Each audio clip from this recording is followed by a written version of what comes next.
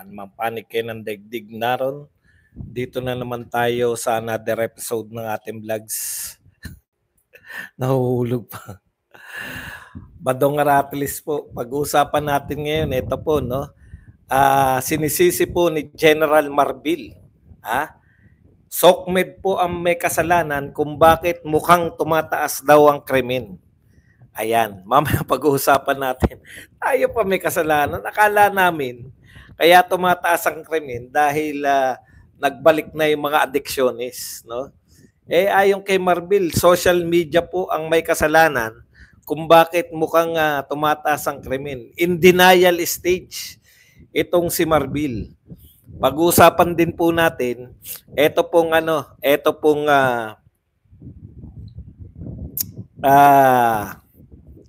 si BBM po, lagapak. Talagang grabe po, no? Ang paglagapak ni BBM. Mula po nung nagsisimula dito po sa survey ng trust and approval rating. Grabe, no? Mula po sa halos kapantay niya sa popularidad si Tatay Digong nung kahahalal pa lang.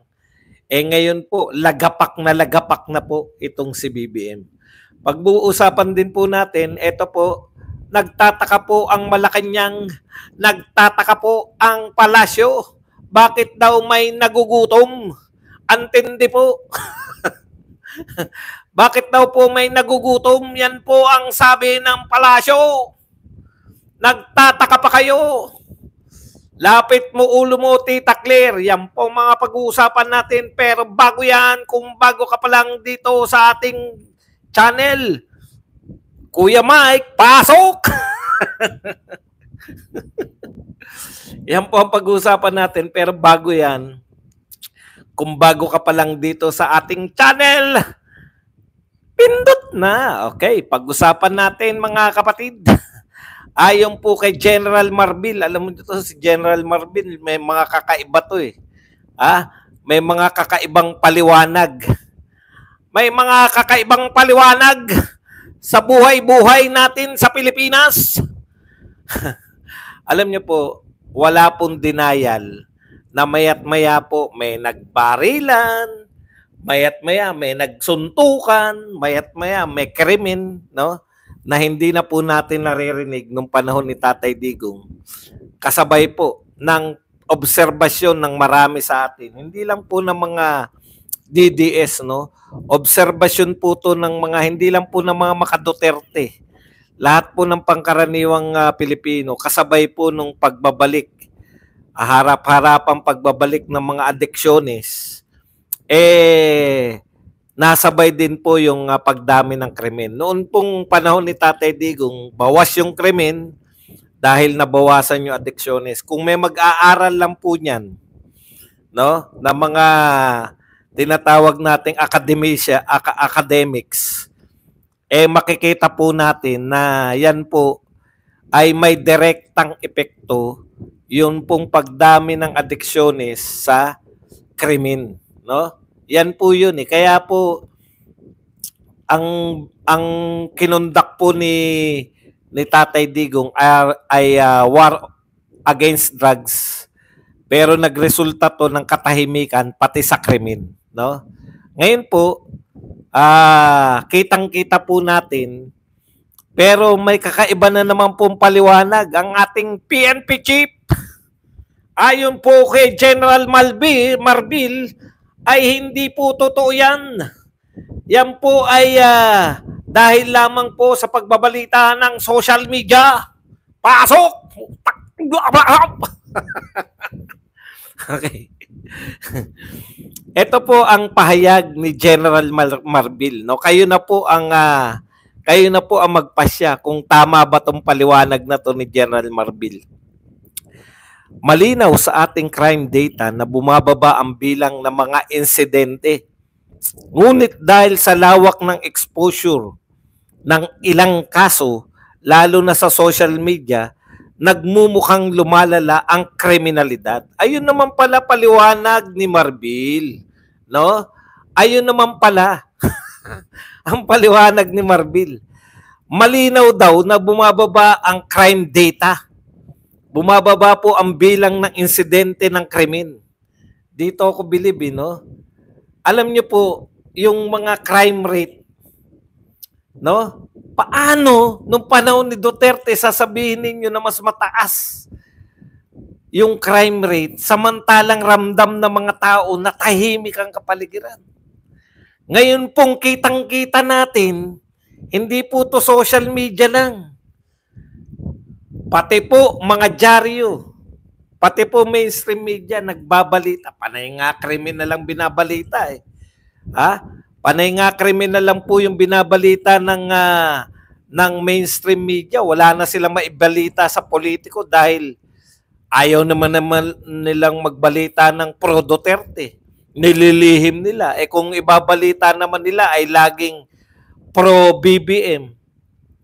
Eh para na lang wala nang katapusang ang balita nila ay tungkol kay Mary Grace Piatos, no? Yoyoy Villamin, etc., etc. Hindi daw totoong lumalala ang krimen. In fact, sabi ni Marbil, no? Ang krimen daw natin ngayon ay bumababa. Pero dahil sa social media, sabi na social media talaga ang may kasalanan. Ay teka lang po. General Marbil. Ibig bansa, eto po, dalawa po to no? Dalawa po yung gustong palabasin ni General Marbil at maraming salamat po. Kasi po hindi lang naman po pro Duterte ang gumagamit ng social media.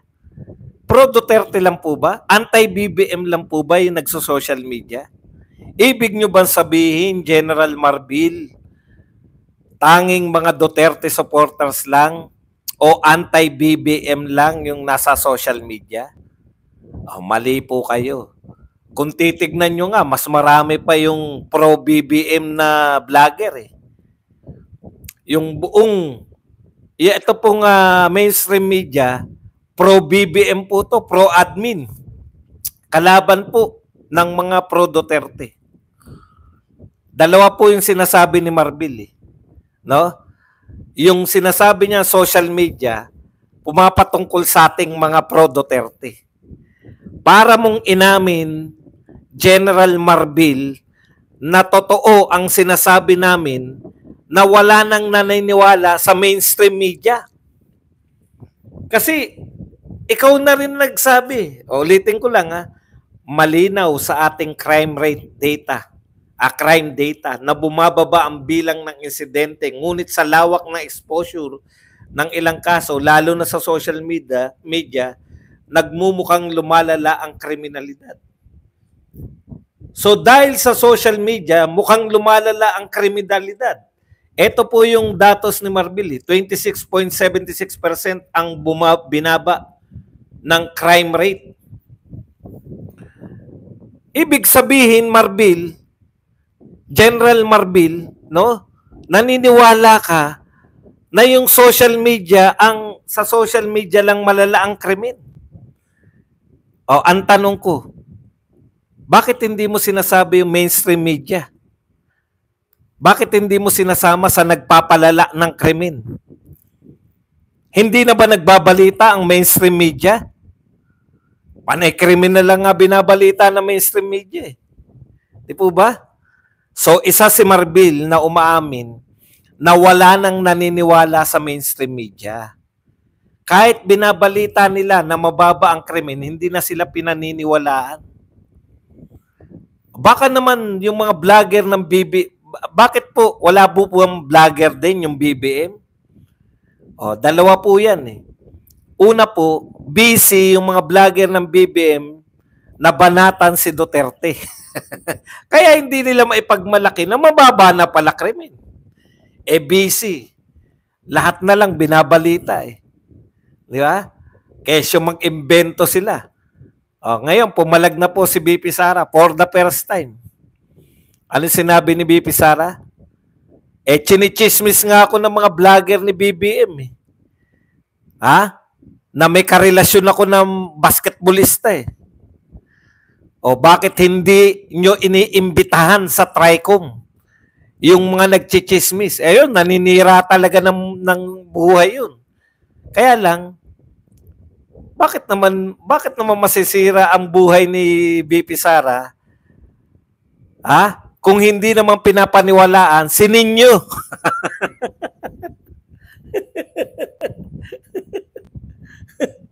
Baka nga mga kapwa niya BBM vlogger, hindi naniniwala kay Ninyo eh.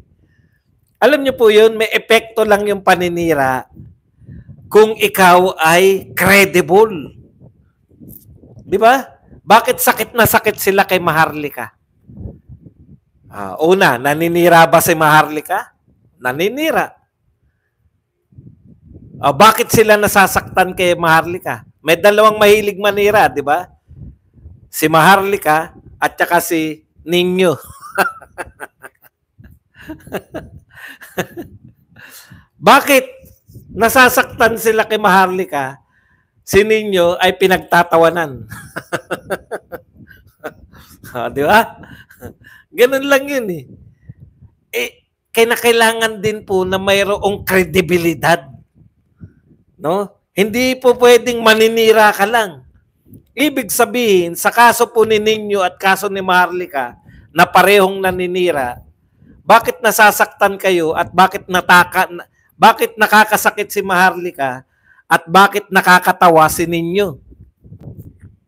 Kasi yung isa may kredibilidad, yung isa nakakatawa.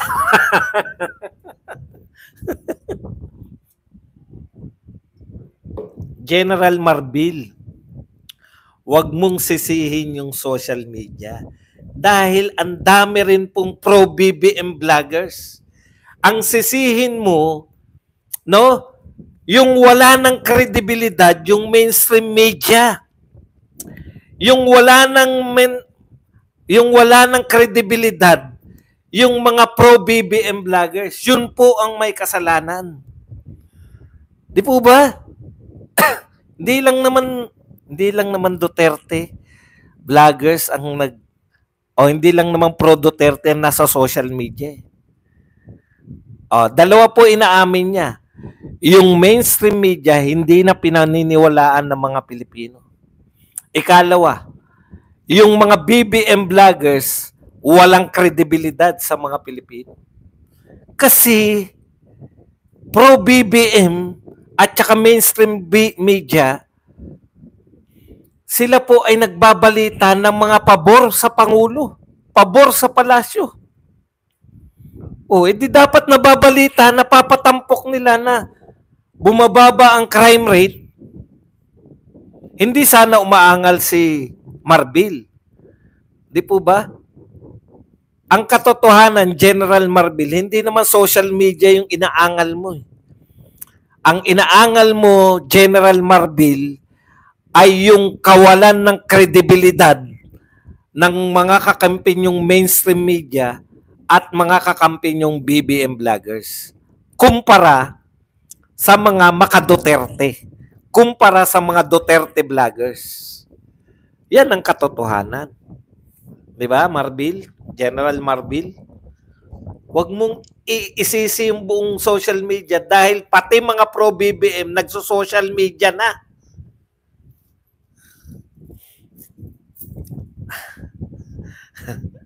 Paano nyo naman nalaman na hindi aircon to? Okay. May resibo rin naman si Ninyo.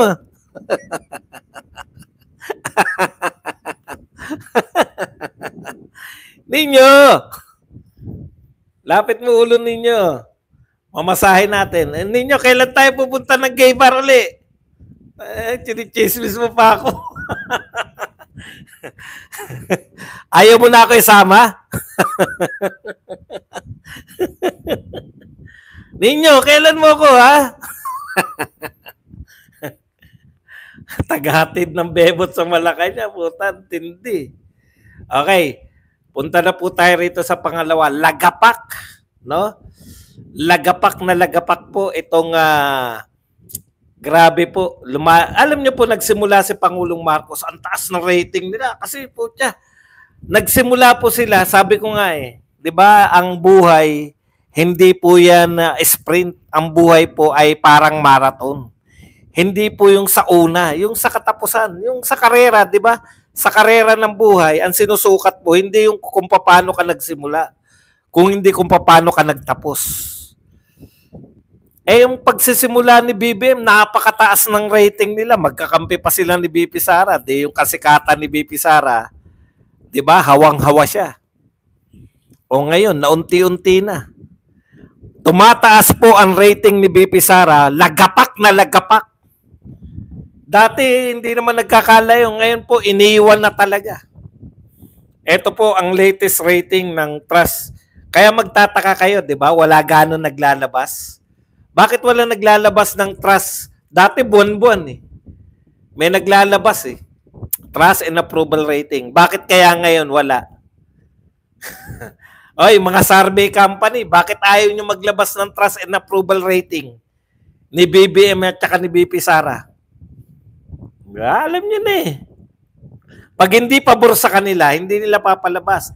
Kasi sila yung nagpapakontrolado nila eh. Yung survey, pag ikaw po ang nagbayad sa survey, ano pong advantage mo niyan? Pag lamang ka, ilalabas mo. Pero pag hindi ka lamang, puta, itatago mo yan. Hindi po pwedeng ilabas yan ng survey company. Pag ikaw ang nagpa-survey, hindi niya pwedeng ilabas yan pag hindi mo pinayagan. Kaya yung mga nilalabas lang nilang survey, yung mga pabor sa kanila. O katulad nito sa pahayag. Grabe po, iwan na iwan, no? Wala na po talaga. Kaya kawawa po yung mga ine-endorse nito. Yung mga naniniwala pa rin na mananalo itong mga to dahil sa survey, utot nyo. Survey? Pakita nga kayo ng dinumog yan si BBM kahit saang pagtitipon. Okay. Tignan nyo ha. Sabi po rito, dahil sa issue ng korupsyon, inflation at illegal na pag-aresto kay FPRRD, bumagsak ang performance rating ni Marcos Jr. Nung fourth quarter ng 2024, 23% po ang trust rating ni BBM. Ngayon pong first quarter, January, February, March, bumaba po sa 14%. Grabe, 14% na lang po. Si BBM ngayon, approval rating dating 33%, ngayon 19% na lang. Putya, baka mag-single digit yan bago magtapos. Si Pangulong Duterte nagsimula na relatively mababa, pero nung nag-graduate po siya sa pagiging Pangulo, napakataas po. 81%. Ito po, 14%. Imagine niyo po yung diferensya. 81 sa 14. Napakalayo. Gitna pa lang yan, ha? May chance pang maging zero yan. Wala nang naniniwala. Kung siya po ay mataas po yung mababa po yung approval at trust rating, ang taas naman po ng distrust. Yung mga hindi na naniniwala. Alam niyo po kung ilan? Kay BP Sara naman po, dating 37%, naging 42% ang kanyang approval rating. Tumaas din ng 39% mula sa 31% ang kanyang trust rating. So si BP Sara po may pinakamataas na approval at trust rating. Wala nagawa yung panggigipit ninyo. Paulit-ulit lang kasi kayo, Merry Grace Piatos, Merry Grace Piatos. Ngayon, iba na naman. Grocery item. Parang pambobo lang yung mga banat ninyo eh. Uy, naku, tao ba to? Tao ba to si Merry Grace Piatos? Tignan nga natin sa PSA. Puta, kahit hindi kayo tumingin eh. Alam nyo hindi tao eh. Merry Grace Piatos. Tapos ibabalita nila, walang Merry Grace Piatos sa PSA. Nak ng puta, walang katapusan. Buhat nung binanatan ninyo, hindi po, confidential fund pa rin po yan. Yung Merry Grace Piatos po, confidential. Bakit po hanggang ngayon, Merry Grace Piatos pa rin? Nag-improve lang, iba na ngayon ang tawag. Wala silang maibanat kay BP Sara eh. Yun lang po, confidential fund. Hanggang ngayon, napakulong na nila si Duterte. Nag-improve ba yung rating? Bumagsak ang rating dahil pinakulong nyo. Akala nyo mag-improve kayo. Ha? Ang natuwa lang, kayo-kayo. Pero yung mga Pilipino, galit na galit sa ginawa ninyo kay Tatay Digong. Yung COA po ni BP Sara, pucha, wala na po siyang nalabag sa COA. May nalabag siya sa utak ng mga congressman. Pero sa COA, walang nalabag. Yan. Tapos may impeachment pa. Bagsak.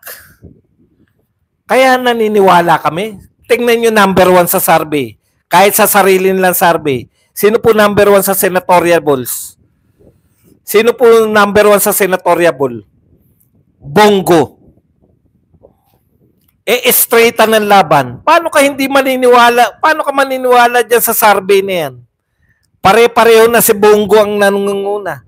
Ibig nyo sabihin yung mga kakampi ni Bongo, ibig nyo sabihin pag maka-Duterte ka, si Bongo lang ang ipapasok mo?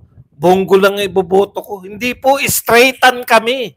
Saan nyo kinuha na number 1 si Bongo tapos yung iba hindi kasama? Kalokohan po yung survey nyo na yan ng yan senatorial balls, senatorial survey nyo, kalokohan. Dahil lahat po ng mga Duterte pinagkakaguluhan. Magpakita po kayo ng video na pinagkakaguluhan po si BBM o yung mga si First Lady o kung sino mang kamag-anak, si Sandro Marcos o yung mga anak. Magpakita po kayo.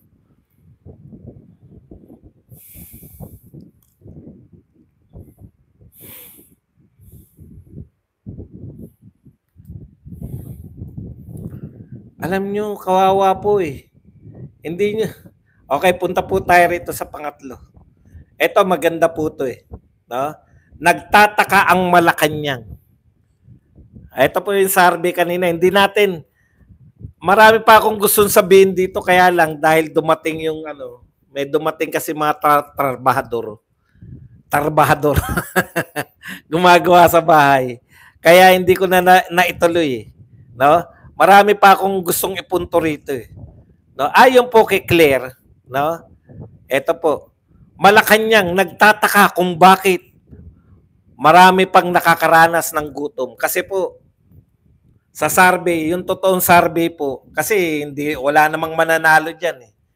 Tatanungin yung tao, ikaw ba'y nakaranas ng gutom? Okay, ang taas po ngayon ng mga nakakaranas ng gutom, 27.2%. Isa lang po ang nakahigit sa nakakaranas sa kasaysayan po ng Pilipinas. Siguro, hindi lang in-include nung World War II. Pero nung pandemya po, yun lang po nakahigit dito. Panahon ni Marcos, marami nagugutom. Sabi ni Claire, nagtataka sila. Malacanang nagtataka kung bakit marami pa nakakaranas ng gutom. Thank you very much kay Miss Lay na nagbigay ng $5. Nagtataka Malacanang kung bakit marami pa rin Pilipino nakakaranas ng gutom. Sa kabila ng iba't ibang programang pangmahirap na ibinibigay ng gobyerno sa mga mahihirap na Pilipino. Kita nyo, nagtataka sila. Ha? Dumami ang Pilipinong nakakaranas ng gutom. Kaya takanta si Auntie Claire. Bakit kaya? Ang dami namin proyekto. Oh, 'di ba? Ano raw yung mga proyekto? Ayan po, meron po silang tinatawag na DSWD, tumutugon sa pantawid gutom. Magbibigay ng 3,000 buwanan para sa tulong sa pagkain. Ikalawa, may libreng mainit. Kita nyo ha, tignan nyo to ha. Pangalawa ay ang walang gutom kitchen. Walang gutom kitchen po, pa. Meron ng walang gutom kitchen, may nagugutom pa rin. Kalukuhan niya. Hindi makapaniwala si Auntie Claire. Sabi ni Auntie Claire, no? Pangalawa ay walang gutom kitchen na nagbibigay ng libreng mainit na pagkain. Hindi po malamig ha, mainit na pagkain. Sabi ni Tita Claire, puta may programa na kami sa Pasay ha. Bakit may nagugutom pa rin? Meron kaming libreng pakain sa Pasay, walang gutom kitchen. Sa Pasay City, bakit may nagugutom pa rin? Sabi ni Tita Claire. Naknan po pa, sayang naman yung inihanda naming mainit na pagkain sa Pasay, may nagugutom pa rin. Alam mo ba kung sa taga-Pasay lang po ba ang mga gutom? Tanungin kita, Claire. Wala ba nagugutom sa Mindanao? Wala ba nagugutom sa Visayas? Taga-Pasay lang ba nagugutom? Wala ba nagugutom sa Bagong Silang? Ibig mo sabihin, taga-Bagong Silang. Metro Manila pa itong pinag-uusapan, ha? Taga-Bagong Silang ka, gutom ka, dadayo ka sa Pasay para makakain. Isa lang yung binanggit niya. Walang gutom kitchen sa Pasay. Bagong Silang pa lang, ha? Metro Manila pa yun. Sa tingin mo, mamamasahe yung taga-Bagong Silang para makakain sa Pasay dahil walang gutom kitchen? Eh lalo na yung sa Mindanao at Visayas.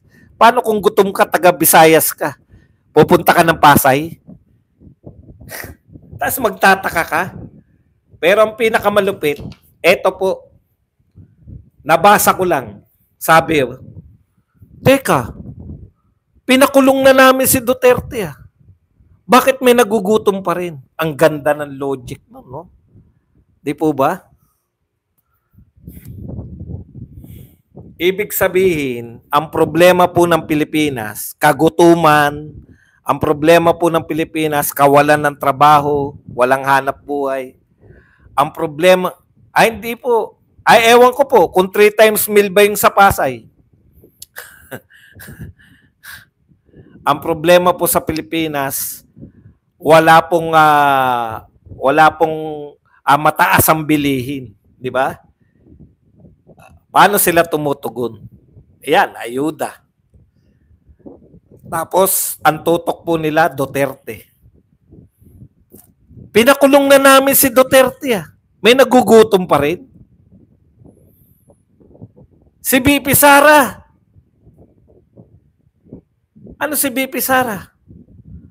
Inimpeach na namin, ah. May nagugutom pa rin. Nagtataka sila, eh, di ba? Ang nakikita nilang problema ng Pilipinas, Duterte. Kaya yun ang tinutugunan nila. Ito po ang konkreto, parang pilosopo lang yun, yung nag-comment. Teka, pinakulong na namin si Duterte, ah. Bakit may nagugutom pa? Mukhang pilosopo po yun, pero sa pool dyan ang BBM administration. Dahil, totoo naman eh, ang lahat ng inaatupag ninyo, trabahuhin yung mga Duterte. Elimination ng mga Duterte. Hindi na nga kayo nagtagumpay na mawala sa politika yung Duterte, lalo nyong ginigipit, lalong ang Duterte, kumbaga, pwedeng mawala na sana yung si Sara Duterte sa eksena, di ba? Katulad ng si Leni Robredo, nawala na sa eksena yan. Nakahabol na lang dahil walang kalaban talaga si Marcos, eh. Ang kalaban dapat si Sara Duterte, hindi tumakbo, eh. Okay.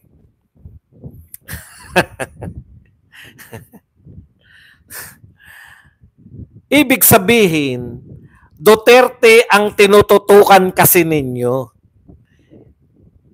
Talagang hindi po kayo makakatugon sa tunay na suliranin ng Pilipinas dahil panay Duterte lang ang tinatarbaho nyo.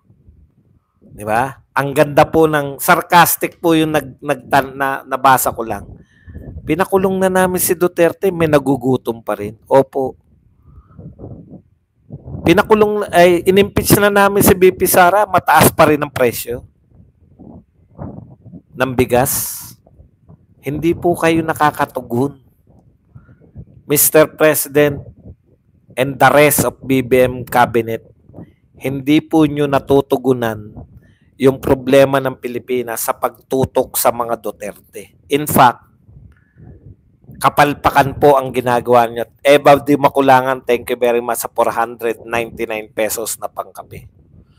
In fact, yan pong ginagawa niyo na pagtatrabaho, tinatrabaho ang mga Duterte, ang mga kaibigan ng mga Duterte, ang mga vlogger na naniniwala kay Duterte, hindi po nakakatulong sa Pilipinas. Patuloy ang kagutuman, patuloy kayong kinamumuhian. Lahat to resulta, pagbaba ng rating mo, patuloy na nagugutom ang tao. Yan po, no? Lahat ng ginagawa nyo na yan dahil nakatuto kayo sa mga Duterte. Baka naman gusto lang nilang gayahin yung mga Duterte na namigay ng ayuda. Tutok nila, ayuda lang di ba? Yung mga kitchen na yan, ayuda lang yan. Tama yun. Ginawa po ni Duterte, namigay rin naman, di ba? Sabihin, apokrito ka naman ba doon? Nung namimigay ang Duterte ng ayuda, tuwan-tuwa ka. Opo, kasi may pandemya noon May pandemya po noon, kaya napilitan pong mamigay ng ayuda dahil ayaw palabasin ni Duterte. Nilulutas niya yung problema ng COVID. Wala mo ng galawan, stay put kayo sa bahay, aayudahan muna namin kayo. Yan po yun Yan po yung kahulugan ng pag-aayuda ni Duterte. Ngayon po, bakit po nag-aayuda? Para, ayon nga kay BP Sara, ito ay legal. Ito po ay legal na pagbili ng boto. Pero tanungin nyo, yung COMELEC, kung sino ang sinisita, kung sino yung iimbestigahan, balak imbestigahan na bumibili ng boto. Yung mga Duterte na nagpunta sa Hong Kong, iimbestigahan daw nila kung nagkabilihan ng boto sa Hong Kong. Imagine. Harap-harapan. Mga politiko yung nagbibigay mismo ng pera na ayuda. Tapos, kahit na ano pong gawin ninyo sa mga Duterte, mas lalo pong sumisikat, mas lalo pong napapamahal si Tatay Digong. No? Mali po yun Mali yung pagtugon. Kaya po, ang kahirapan po ng Pilipinas, pinakamalala nung Duterte nung pandemya, di po ba? Ngayon yung style nila, style pandemya, inaamin nyo ba na malala ang sitwasyon ng Pilipinas ngayon kaya kayo namimigay ng ayuda? Mga kapatid, kitang-kita po natin, nakakahiya mang aminin. Hindi tayo aasenso. Ang Pilipinas, tama si BP Sara, papunta po tayo sa basurahan. Kung lahat po ng hakbang ng kasalukuyang gobyerno ay para po sa pananatili sa kapangyarihan. Hindi po ibig sabihin na si BBM mismo, kundi yung kapanalig nila, lalo na yung kamag-anak incorporated nila ang maiupo. Kasi kinakailangan nila Alam nila na marami sila. Yan na lang pagpapakulong nila kay Duterte. Napakaraming nilabag. At hindi tayo nagsasabi niyan. Kapatid mismo ng Pangulo ang nagsasabi na napakaraming nilabag ng pagpapakulong sa ICC. Aminado sila, no? Ang masakit sa atin, niloloko nyo ng harap-harapan yung mga Pilipino. Sabi hindi nakikipagtulungan sa ICC, pero pinakulong si Duterte sa bisa ng warrant ng ICC. Hindi nyo kayang lokohin ng mga tao ngayon kasi may mga social media vloggers, may mga pro-Duterte vloggers na nagpapaliwanag sa mga mamamayang Pilipino at may kredibilidad. Kasabay ng walang tiwala na sa inyo yung mga tao, kasabay yan ng nawalan na rin ng tiwala sa mga mainstream media. Kasabay na nawalan na rin ng tiwala sa mga hindi nyo ipinapatawag na mga vlogger na nuknukan ng fake news. Ang dami pong vlogger ng BBM. na nag-akusa. Yan po sinasabi ni BP Sara. Na nag-akusa na may relasyon sila nung isang basketballista. Galing mag-isip eh. Di ba? Ang galing mag-isip. Pinatawag yung man lang sa TRICOM. Lahat ng ito, nakikita po yan ng tao. Nakikita nila na ang ginagawa ng gobyerno, tutok lang sila sa Duterte. Pero nakita nyo naman, no? Hindi kayo mamahalin katulad ng pagmamahal ng tao kay Duterte. Ano ba yung title ko? Wrong spelling daw yung title natin.